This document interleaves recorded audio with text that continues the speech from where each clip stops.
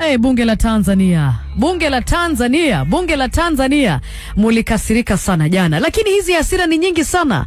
I don't know, fine, tunaweza kubali kwamba pengine wakireketwa wetu walifanya makosa kuja pale kuingilia uhuru wa taifa lenu, lakini walikuwa tu wanakuja kusimama na moja wao na ni kwenda tu kule mahakamani kuhudhuria vikao vya mahakama na Tundu Lissu, okay. Lakini sasa hizi hasira kidogo wenzetu wa Tanzania ambazo mumeeneza hasira sana, you people are very angry, mpaka tunajiuliza ama kuna kitu kingine, because you know sometimes unaweza kuona mtu amekasirika, amevunja vikombe, amevunja sahani, anapiga ukuta anapiga ngumi, anapiga mpaka anajigongesha ukuta. Unasema hii hasira yote ni kwa sababu nilimnyima sausage moja, hii hasira yote ni kwa sababu nilimwambia sina 200. Hapana, there is something.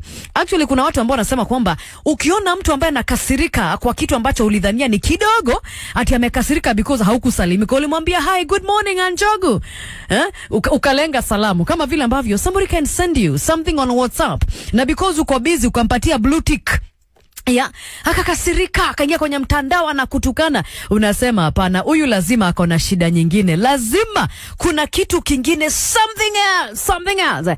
Sasa mimi najiuliza, jamani, ndugu zetu wa Tanzania, nitakuwa nacheza sauti ya especially mwanamke mmoja pale, mwanasiasa kule Tanzania katika bunge la kitaifa la Tanzania.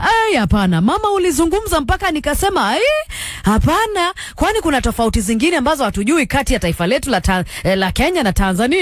Allah.